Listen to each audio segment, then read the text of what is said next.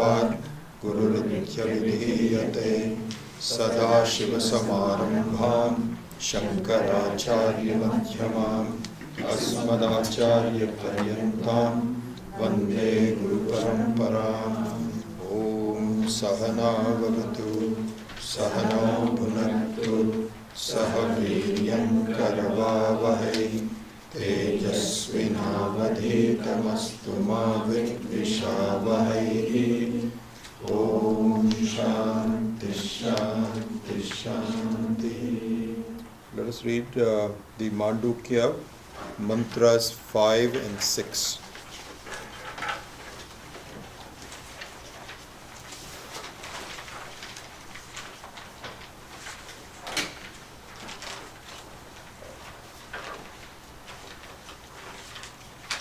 यत्र सुप्तो न कंचन कामं कामयते यत्र सुप्तो न कंचन कामं कामयते न कंचन स्वप्नं पश्यति तत्सुषुप्तम् न कंचन स्वप्नं पश्यति तत्सुषुप्तम् सुषुप्तस्थान एकीभूतः प्रज्ञानघनः एव आनन्दमयः हि आनन्दभुक् चेतोमुखः प्राज्ञस्तृतीयपादः एषा सर्वेश्वरः एषा सर्वज्ञः एषोऽन्तर्यामी एष योनिः सर्वस्य प्रभवाप्ययौ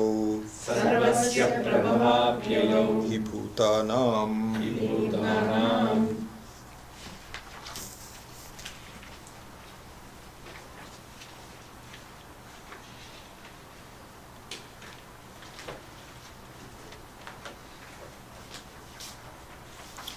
So, in reviewing the two states of identification, so it's interesting the word sthanaha. So, Meshanji made this very clear. When we say sthanaha, so sthanaha normally means a place. You know, like you go to a new place. So, like for example, I was just there at the Sailorsburg Ashram. And so Sailorsburg Ashram is a sthanaha. So here, in reviewing the Jagrat Avastha and the Swapna Avastha and now the Sushupti Avastha, the word sthana is used, but the word sthana is not a separate place. It's not a separate place. In fact, it's really just remarkable that we never go anywhere. Just like in a dream, you seem to go at different places, but you don't go anywhere. You're just lying down in the bed with your eyes closed, and you are just imagining things. So this is what is called identification. Swami Maheshanji made it very clear that really sthanaha means identification. The only difference, and so even when you can say that you, when we say you, which means the Atma, when the Shastra addresses you as you, it doesn't address you as a jiva. It addresses you as you, which is the Atma. So just consider this. The Atma cannot go anywhere.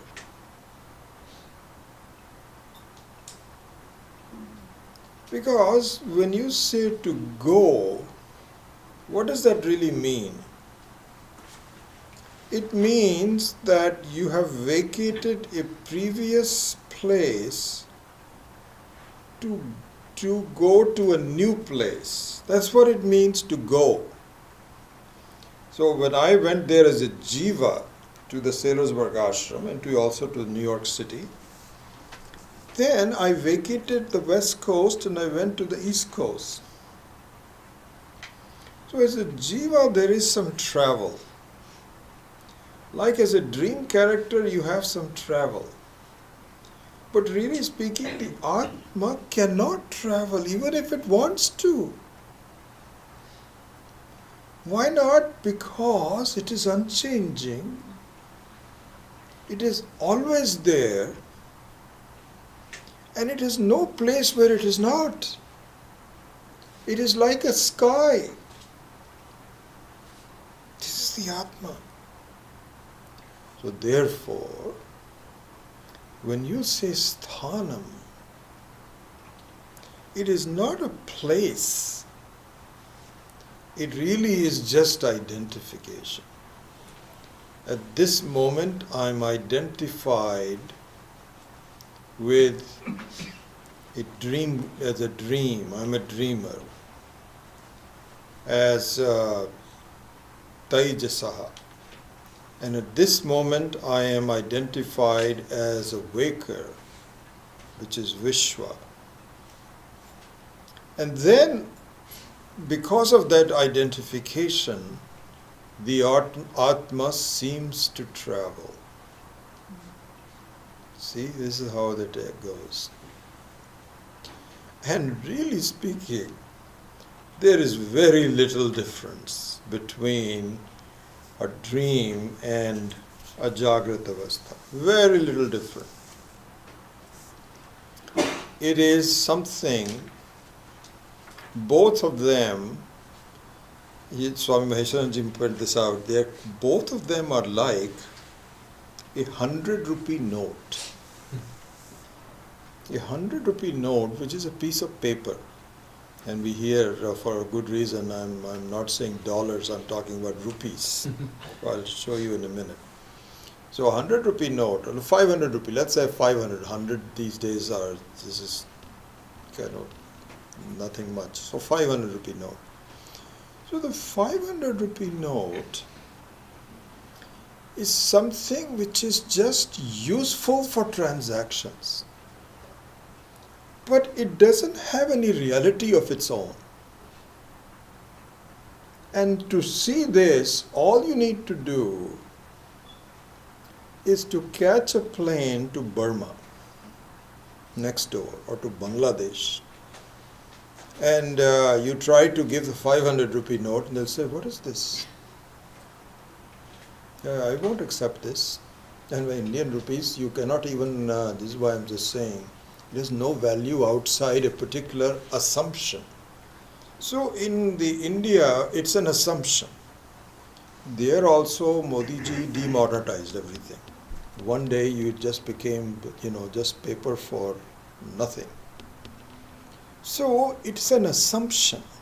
It has no reality to it. The only reality that you could have from the transactional standpoint is to have a piece of gold, which is good for some place. Even that has limitations, but much less than piece of paper. So also, my identification with the jiva, with the jivatvam, is like a 500-rupee note. It is, and in Hindi we say, kaam chalao. Means somehow it just works for under certain circumstances. But it has very little presence outside its own. As we have seen this before, and this is really worth for meditating on again and again. So all these are important concepts that you can just take. It's been very useful to me to meditate on the fact that I have had millions of family members before. Millions, not even thousands. Millions. God knows how many times I was married and having children. God knows. But it is known. I cannot be a human being without having a long history. Not possible to be without that. You cannot certainly go from becoming from a mosquito to a... It's a long process of slowly improving itself. And sometimes falling down also. If you really become violent while you're a human being, then God says, made a mistake. You should have made a tiger next time. Okay, all right, next time become a tiger. So you can fall down also. But anyway, going back to it, I just sometimes think, I'm so involved in this life. This is my family. These are my friends. This is who I am. My whole identification is defined by these relationships. How seriously I take it. It's like a 500 rupee note. The moment I leave this, which can be in any second, the whole thing disappears. This is like going to Burma and to Bangladesh. Your 500 rupee note, which is your family, your friends, and your sense of reality, and this is me, and my gender and my name and my Indianness and so, just disappears. Just completely disappears. And you take up a new one. You have to convert that into the local currency. This is what the nature of mithya is. I need to think about this. That the Atma is just observing. And it is so involved with the identification that becomes the reality of the Atma gets transferred into the reality of the identified object. And then I start taking it seriously. So it's interesting, once you identify with so going back to close this sthanam, this place. So once you identify as a Vishwa,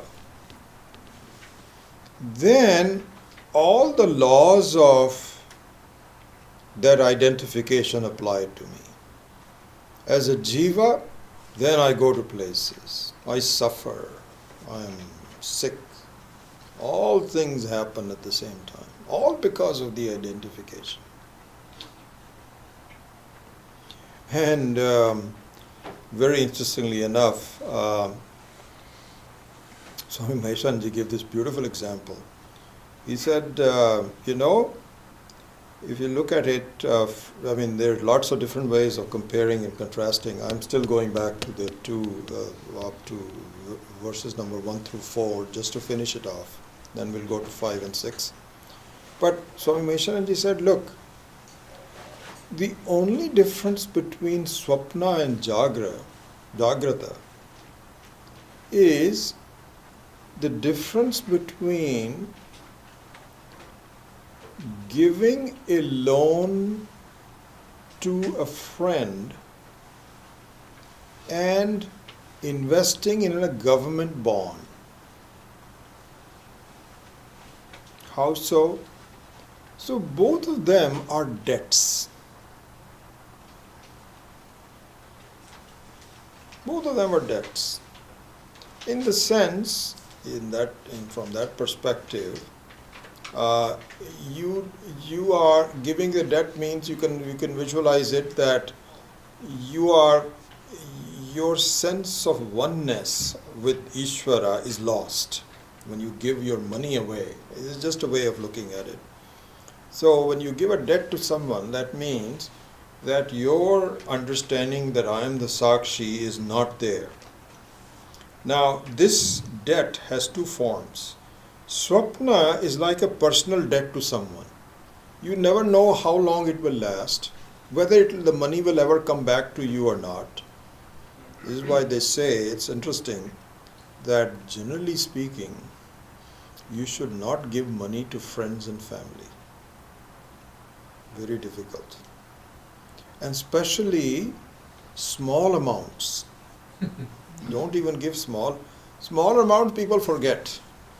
You know, somebody says, "Can I have $5?" His chances are he'll never come back. You better off say, "I don't have a $5. Can I give you $100?" So he says, "No, I don't need it. No, I don't have any change. So just take $100." You know why? Because you'll be less shy of reminding him about $100. $5, you will have shame to say, "Hey, I gave you $5. The person will say, "What? You're so trivially minded, you're still missing a $500. You'll say, "Oh, yeah, I forgot to give it to you." And so this is the situation. Giving loans to complete strangers is okay, because now you don't have any shyness in getting it back.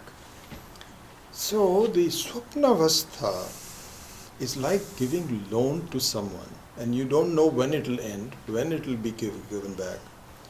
Giving loan on a Jagrata Avastha is buying the government bonds. It is still a debt. You don't have it, but you have some. These days we don't even know even that is very. But at least there is a good chance that it will come back to you. But that's all. That's the only difference between. So what it means is, during Jagrata Avastha, your sense of identification has some future, some certainty. When you wake up in the morning, hopefully it's the same family, and they will recognize you, and they will take care of you, and so on and so forth. So this dreamlike situation continues on a more solid level for a while. That's it. Otherwise, both of them are like Indian 500 rupee note, good for nothing, really.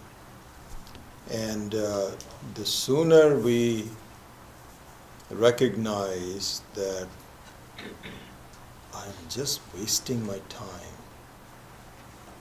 just completely wasting my time. And here is Ishvara, Paramatma, which says, if you identify with me, which is in non-identification, because you're already identified with me but not appreciated. Why are you spending useless time in getting, you're so busy in things, making your family and friends and your whole career and so on and so forth, because there is something which is extraordinary waiting for you to see. Extraordinary. You cannot imagine. Imagine something which is the very source of the whole joy of the whole universe. You have it. Not only yourself, but the whole universe. One which is unchanging, was never born, and therefore it can never die. And one which is always in the form of knowledge. And I am oblivious of it. Such a tragedy. And the bigger tragedy is that even when this is explained, see, this is the thing I always think about that. If there is someone that doesn't know, is oblivious of this, then that person should be excused. Yeah, they don't know. It's okay. But the real tragedy is that students that have been given this knowledge don't pursue it. I sometimes just use that to myself and say, what's wrong with you? If you didn't know it, then it's okay. But why are you spending any time on trivial things? What's going on? What's the problem? I don't understand. Well, this is the situation. So anyway, going back to number up to 4, these are the 2 identifications that we saw. And then there is another identification now, which is the 3rd one, where the deep sleep state. So in the deep sleep state, we have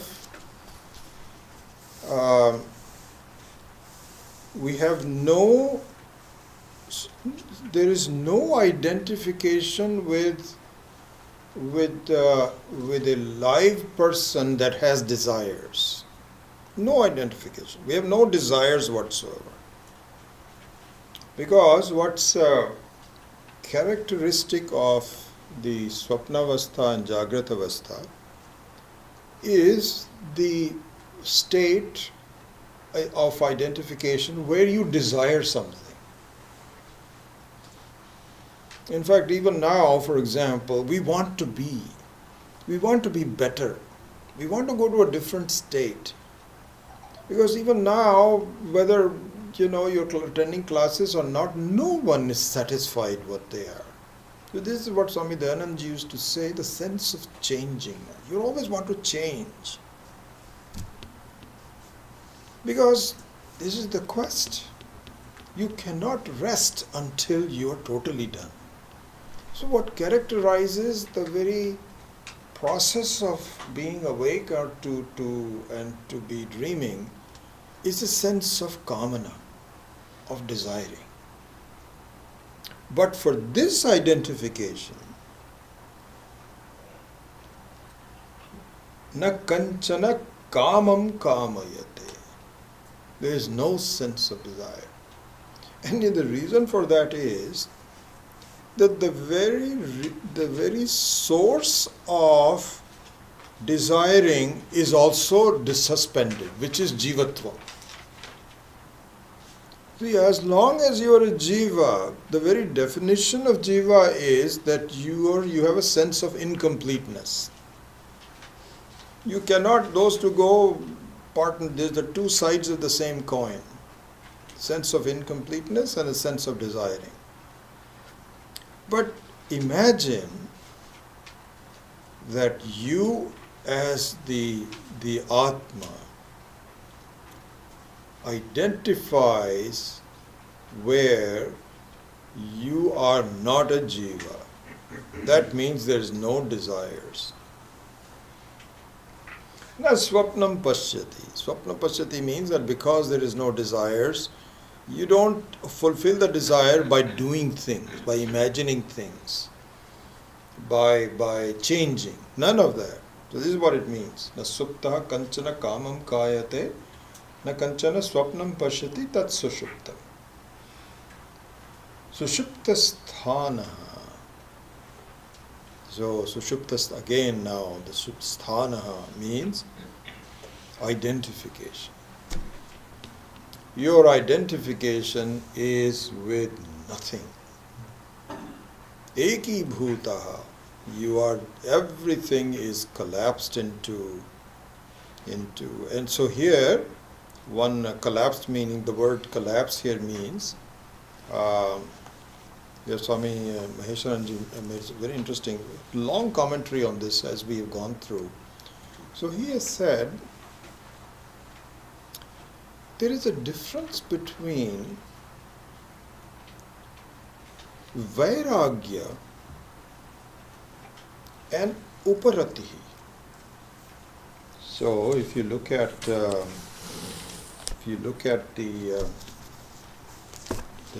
sadhana chatushtaya.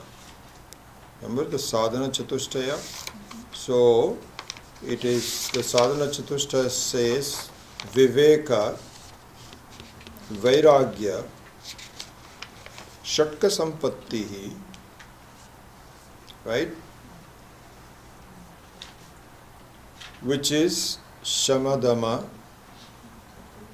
then uparatihi or uparamaha, same two words to do the same thing, uparamaha, and then mumukshutvam.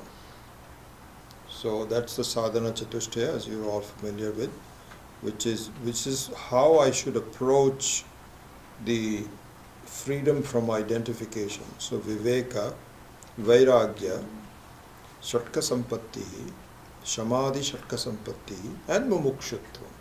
And in one of the Six Shamadhi Sampatti means inner wealth, is Uparati. So here Swamiji says that there is a difference between Vairagya and Uparati. This was also not that clear to me until I really read this, the commentary by Swamiji. I used to feel they're pretty much the same. Shastra never uses any word which doesn't have a distinct meaning. So for our attitudes to say, yeah, it's the same, that means I don't understand. It has to be very clear.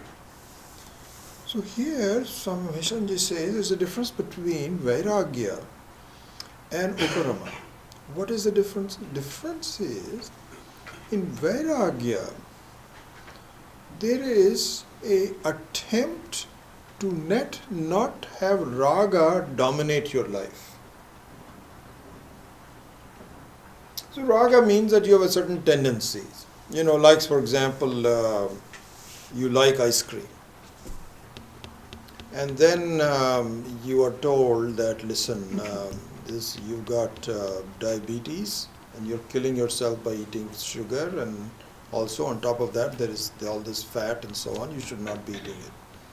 So you make a sankalpa that from now on I am not going to eat ice cream. Then there are conditions where everybody go to some place and you have your grandchildren also with you and everybody wants to have some ice cream, and now you're tempted that I should also have it. But then you say, you know what, no, you remember that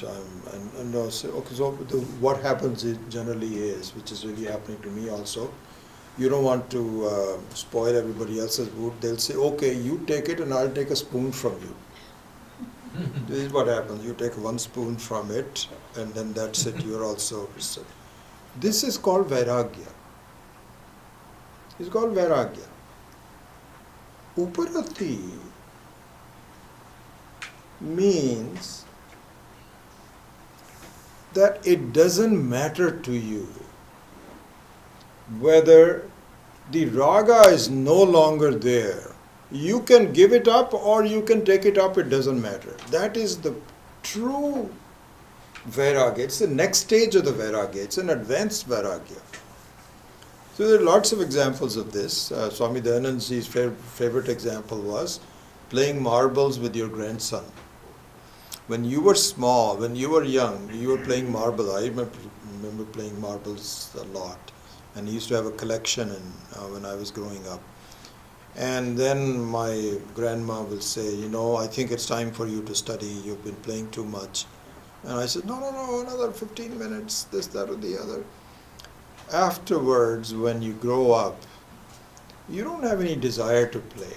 But if your grandson says, hey, please, Grandpa, can you play marbles with me? You'll say, absolutely. I'd love to do that. You already twist your fingers and so on and so forth. All of the things you need to do. Or a sense of a balloon. Either one. So this is called Uparati. You have it in you, but you don't use it. You don't need to use it. Swami Maheshanandaji gave a completely different example, very beautiful example. He says that suppose you have a 2-year-old that was given a pencil to write on a paper. And then the person scribbles something, and then everybody says, oh wow, I cannot believe you wrote, did you do this? He said, yeah, I did it. He said, oh, wonderful. So the fellow says, this is a great power that I have. He takes the pencil and starts putting on the walls and so on and so forth. His mother away, and she says, what you do? Did you do this? He says, yes, I did it. He says, no, you're not supposed to do this. This is just so on and so forth. So it takes a little while and the kid is not happy. He doesn't understand why is it that I cannot put it in the wall. You were so happy when I put it on the piece of paper. Now you're making some kind of a big deal. I'm confused. Okay, so anyway, Swami Maheshanandaji says that now you don't have a desire to write things on anywhere. because once it is clear to you. But then, if there is something to be written, you pick up the paper and you write it nicely. Then you put it away. This is called uparati. So, therefore, in the swapna sthana, you have uparati. You have uparati because you don't have a tendency to do something. You're okay with it. The tendency to do something is being put away. You're put away.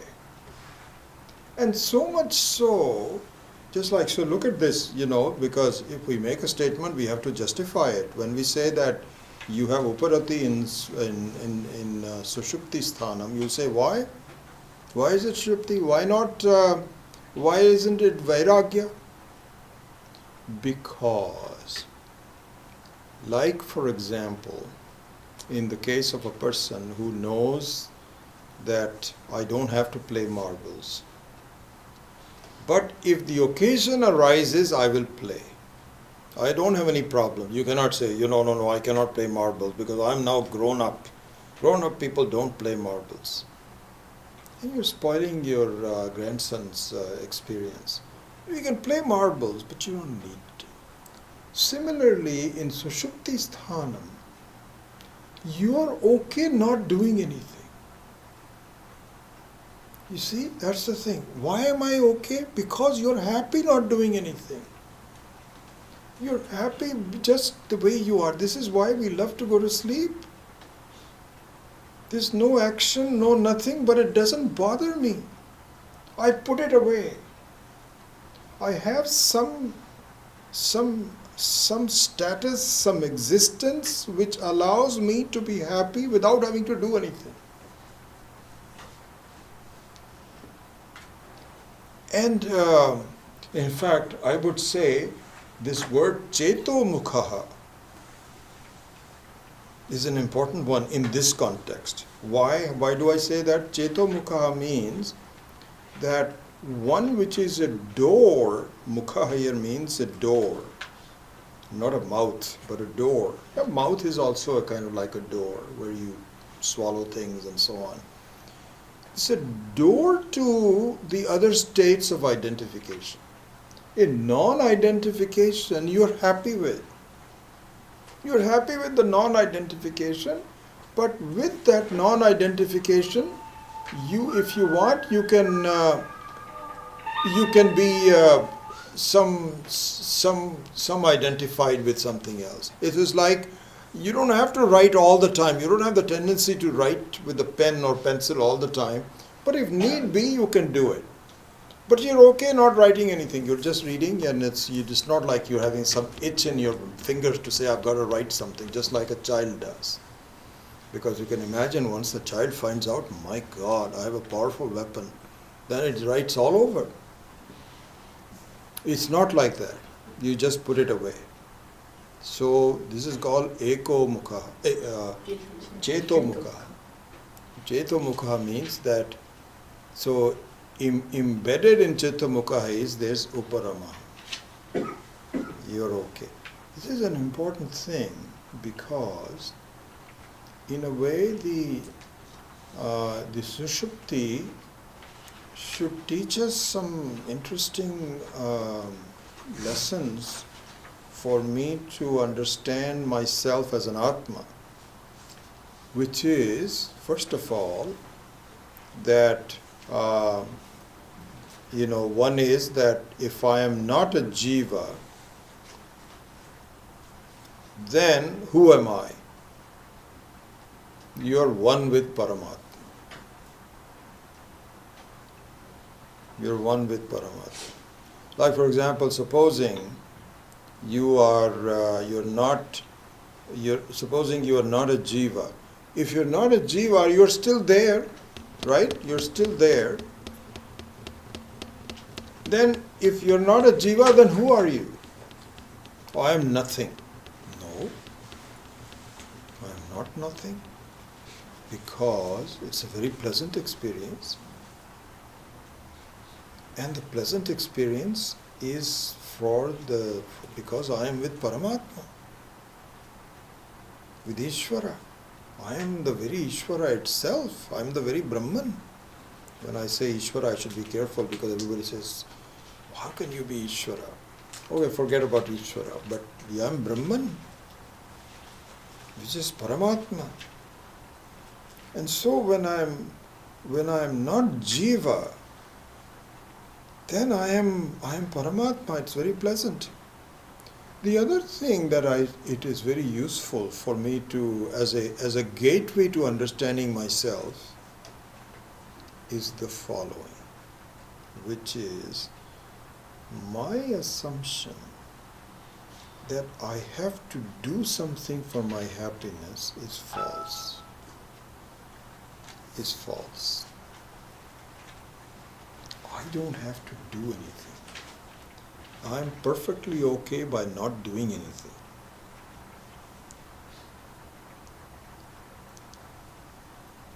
That is an important lesson. Because it is one of the things that keeps us from removing my identification is that then who will I be? You are saying that this identification is also not good, that identification is also not good, all the identifications. Hey, I've got to be somebody. So if I'm here, it's good that I have worked so hard to be someone. I've educated myself, taken care of my health, so that I am now someone. I'm somewhat secure. Now you're saying even that is bad, okay, but I am not sure. This is exactly like telling a room space that remove your identification with the room space. So his vision of everybody else is that they all have different sizes of rooms. Some are small, some are big, some are not that good, some of them are dirty, some of them are bathrooms, some of them are devalayas, mandirs, but they are all different ones. The only question is, which one should I be?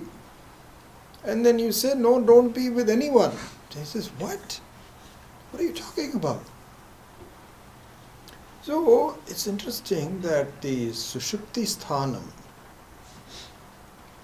the identification, which is non-identification with either Jagrat as a dreamer or as a waker, is that it should give me some confidence that non-identifying with that is very pleasant. Nothing to be afraid of. So when I'm told that you are the Sakshi and that all sounds very nice, Paramatma and so on, and then you say, but where will I be? What will I do? You don't have to do anything. Not do anything. And you'll be formless. That scares me. Formless. I gotta have some form. So this is where I should give me some confidence. And then the funny part is that I love to go to sleep more than anything else. You see, that's just very interesting. That really, just think about it. But we don't connect all the dots. And so I love to go to sleep because to be formless is okay, very beautiful in fact, is the most desirable thing. No matter what you do, your Prabhupada says, enough. Enough, I just want to be. And then you just go to sleep. So anyway, this is the sense of this identification. Sushuptasthanaha eki bhutaha pragyanaghanaha eva anandamayaha hi anandabhuk. So anandamayaha here means in fact you should know this, the word mayat is used in two senses. There are two different meanings of the word mayat. This suffix called mayat, not prefix but suffix, it comes after the word, has two meanings. One is called vikarartham and the other one is called prachuryartham. So vikarartham means in the form of. The very famous example is that of a clay pot which is called ghataha. So say mrinmaya ghataha. Mrinmaya ghataha. So mrinmaya means in the form of the clay. Mrit, which is mrit, which means clay, and it becomes mrin when it is followed by makara. So mrinmaya means in the form of a clay.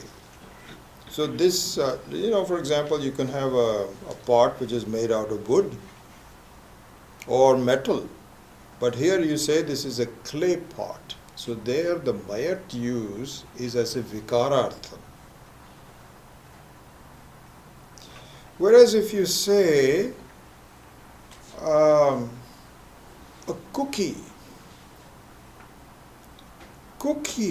has lots of sugar in it. So there it is not mrinmaya, is not a vikarartham, which is prachuryartham. Prachuryartham means lots of. Lots of. So here it means anandamayaha. So this is interesting. In the sushupti sthanam, I am not Ananda, but I am Anandamaya. What's the difference? It is the same difference between a cookie and sugar. A cookie has lots of sugar in it. It is infused with plenty of sugar. That's what defines a cookie. But sugar, you cannot say sugar has lots of sugar. Hey, it is sugar. There is no more or less to it. It is sugar. That is the swarupa. The swarupa of sugar is sugar. The swarupa of a cookie has lots of dough, and it may have some lemon juice also, and it has lots of sugar.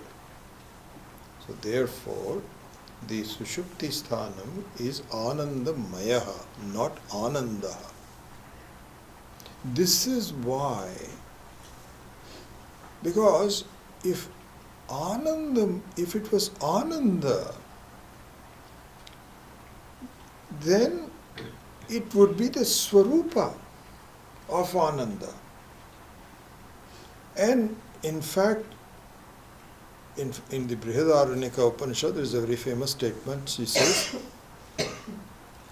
Yo yad bhuma tat sukham. So the sukha means a sense of joy, total joy, uninterrupted, unlimited. And the very swarupa of the Ananda, of the Atma, is called Bhuma. Bhuma means unlimited. So this is the same word as Satyam, Jnanam, Anantam. The word Anantam means there is no limitations to it. Whereas in Sushupti Sthanam there is limitation. You get up, it's gone. So this is why it is called Anandamayaha. And then Anandabhuk means that there is a status where you are enjoying. Even though you're not a jiva, that's an interesting thing. I'm not quite sure. I don't quite understand Anandabhuk quite to be honest with you. I need to study some more. How can you be an Ananda bhuk, an enjoyer of the Ananda, when you're not a jiva? So there's some doubt in my mind on the Ananda bhuk also. Anyway, so that is that. Cheto mukhaha, then pragyaha, this is the tritiya padaha. So chatushpad, yam atma, the four different states. So this is the third state, which is sushupti sthanam. So here, the status. This is also an identification, which is a kind of a peculiar identification, because the identification means that you enjoy being close to Paramatma without understanding it. You're not one with Paramatma yet. That will come in Turiya. But at least it gives you an approximation. And you love it. This is why we say that, really speaking, we are all desirous of, we may say that I don't understand. You ask somebody, do you believe in God? It's an interesting conversation. We should just have a survey. You just have survey. So do you believe in God? And you get variety of answers. I don't know, I'm sure. Maybe, yes, this, that, or the other. Everybody at every minute, every second is seeking God. This is the fact.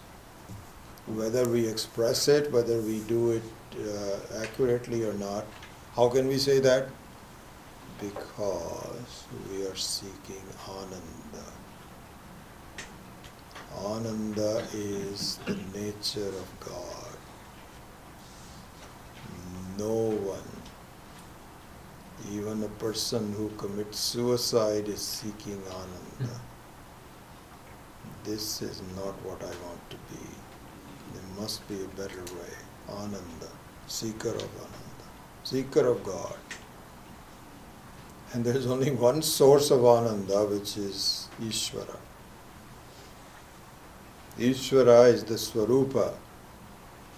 There's only one thing to have sweetness, which is sugar. That's it. And therefore you can have artificial sweeteners and so on, but you know what I mean. So therefore, really everybody is seeking God. Some are seeking consciously and intelligently. Some are sleepwalking through it. That's all. But we are all seeking God. So we love to sleep because that gives us a chance to give up some of my problems in life, even for a short time. You should give me a great encouragement to do so. Anyway, so this is the Tritiya Padaha. So now, what we saw was in number 6. Now let's look at number 6.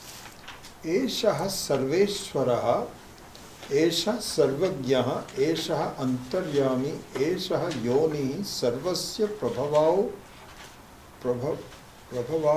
Apti Apyayau Hi Bhutana. In fact, I was just talk about Ishvara. And so we might as well I think we can finish it. We have already talked about that's exactly the same thing. So here now, just consider this. In the three padas,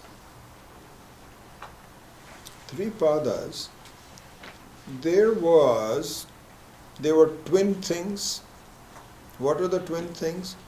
One is the experiencer and the other one is the experienced. Right? In the three padas. What is the experiencer and the experienced? So in the case of the Swapnavastha, and the Swapnavastha means that the Swapnavastha is both in Jagrat Avastha as well as in Swapnavastha.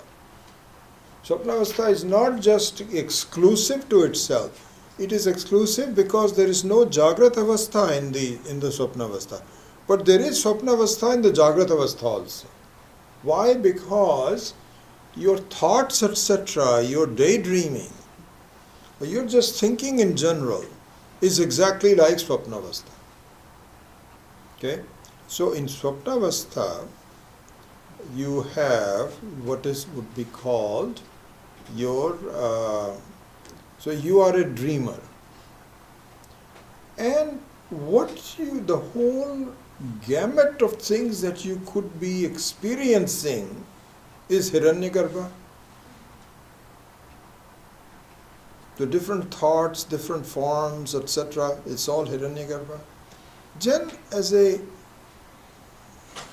Jagrat Avastha, as a Vishwa, you're the experiencer as a Vishwa. And now the experience is Virat.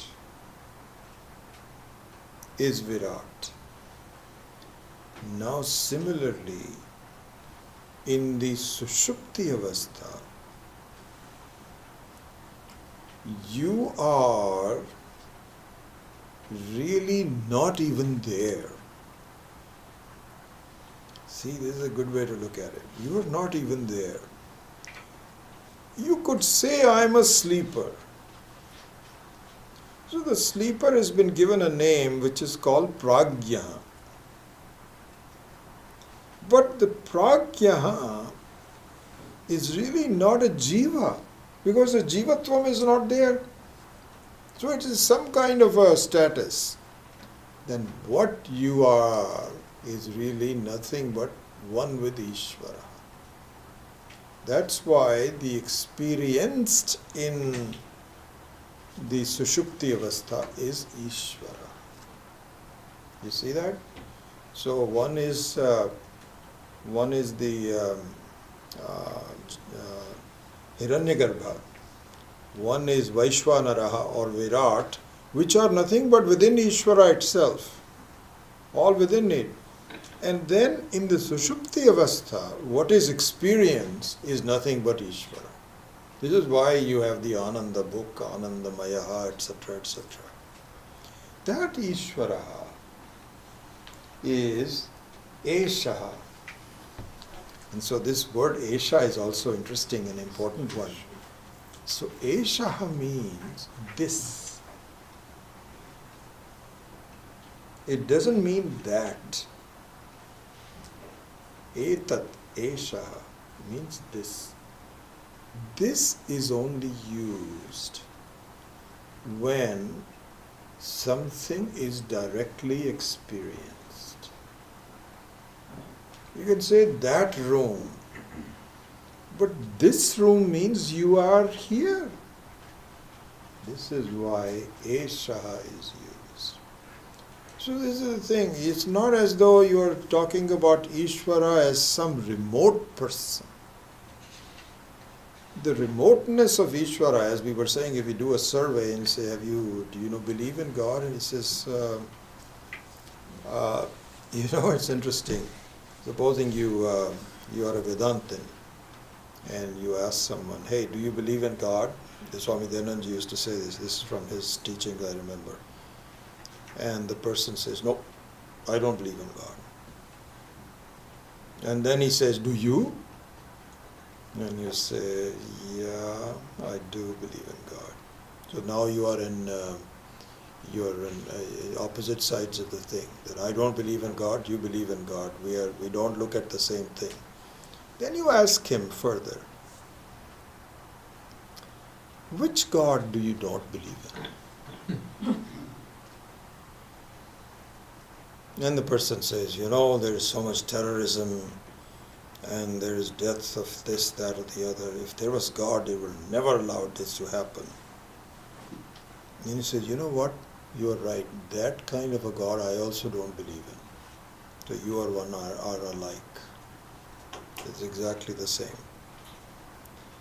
And so then you can have a dialogue.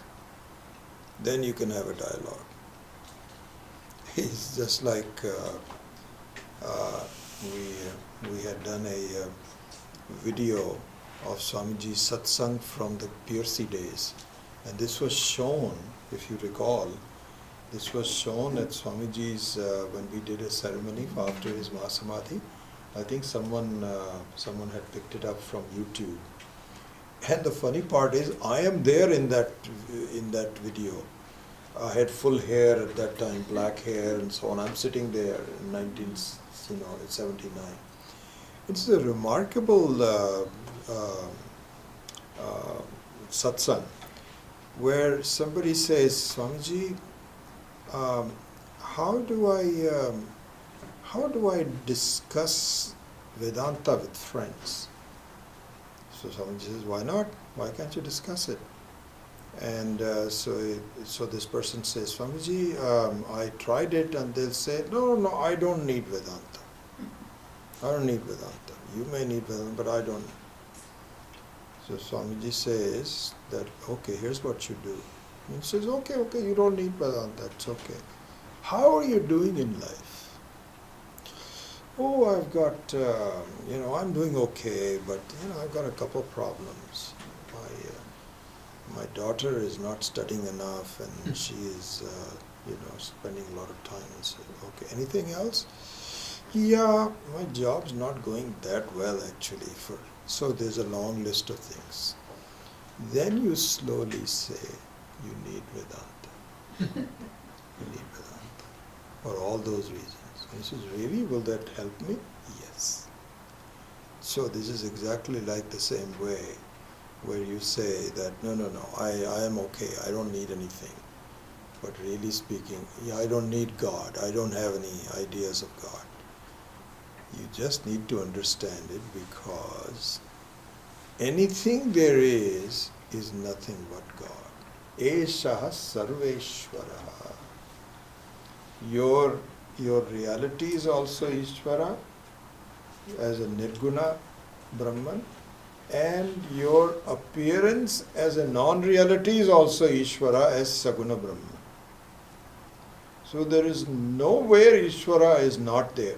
So this is an interesting thing, that both as an experiencer and as experienced, it is nothing but a manifestation of God.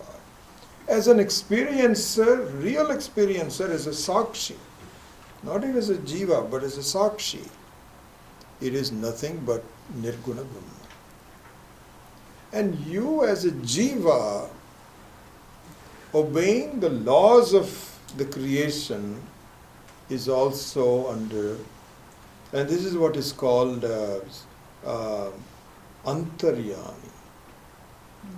In fact, Bahiryami also. Bahiryami and Antaryami. There's so much to be talked about this. Sometime we will do this. Swami Maheshananji has explained this so well, the Antaryamitvam and the Bahishyamitvam. So the fact of the matter is that outside things are, of course, controlled by Ishvara's laws. This is how the sun comes up every morning.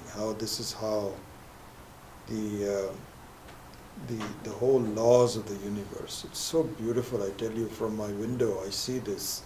So now we have reached the top of the summer.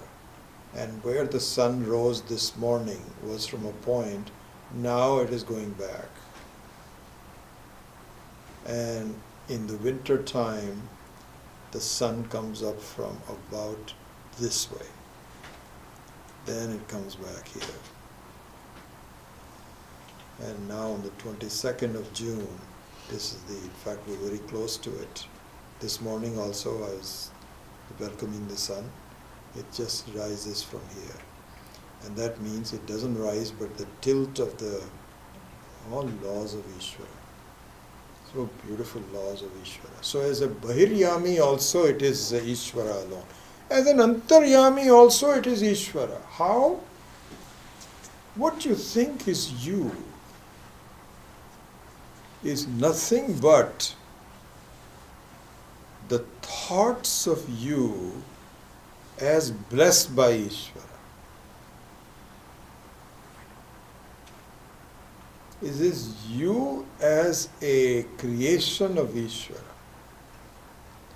and your own thoughts have been shaped by your own past, your vasanas. And this is what it says, that really speaking, as Swami Viditatmananda was talking about the 15th chapter, about the Daivi Sampat and Asuri Sampat, exactly the same thing. This is why we say when we do Gayatri Mantra, Om Bhur Swaha Tat Saviturvarenyam Bhargo Devasya Dhimahi Dhiyo Yo Naf Prachodayat Naf Dhiyaha Prachodayat.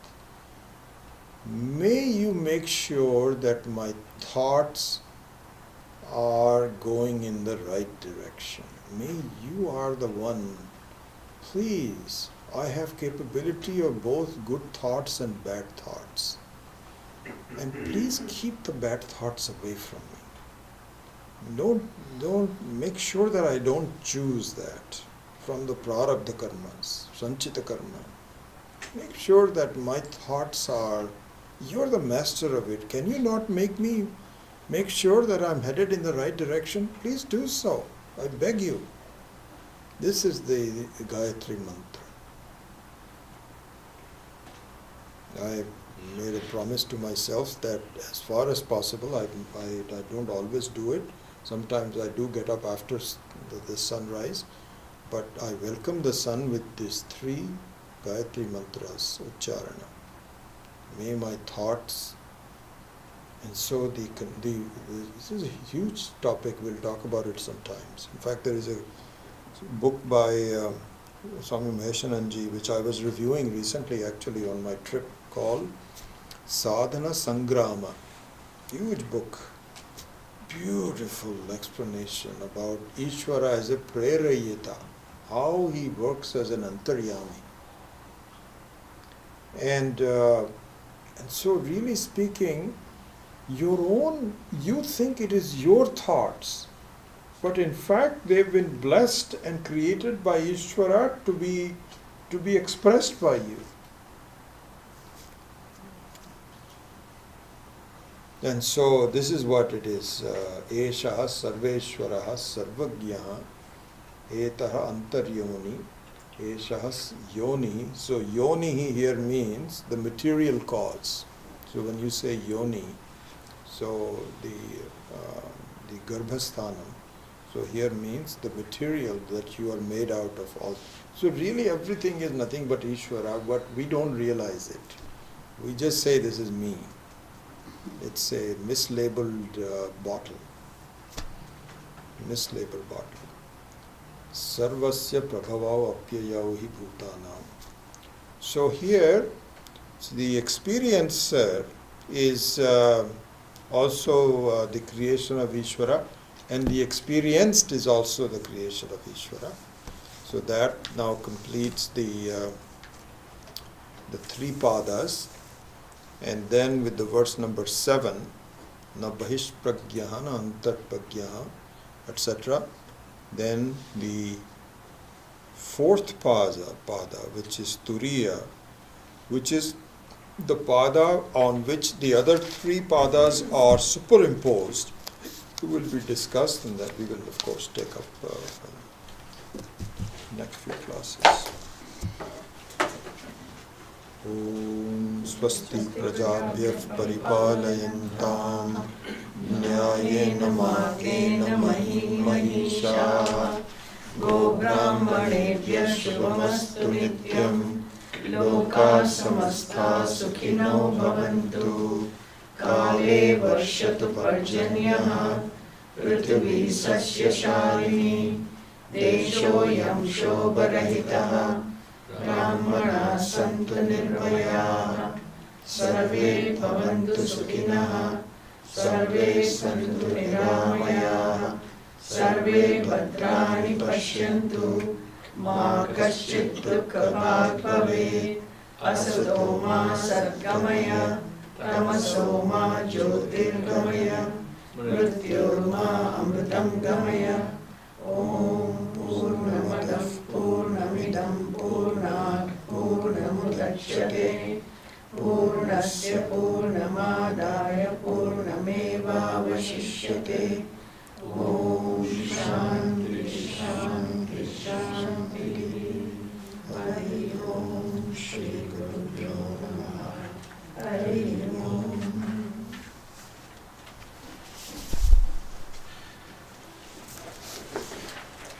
So were you able to watch that video from the ashram? Yes. Yes. So that was so nice. They were making the Havan Kunda when I was there. So for me it was very recent. So nice. Did you see Swami Viditatmananda ji yesterday? I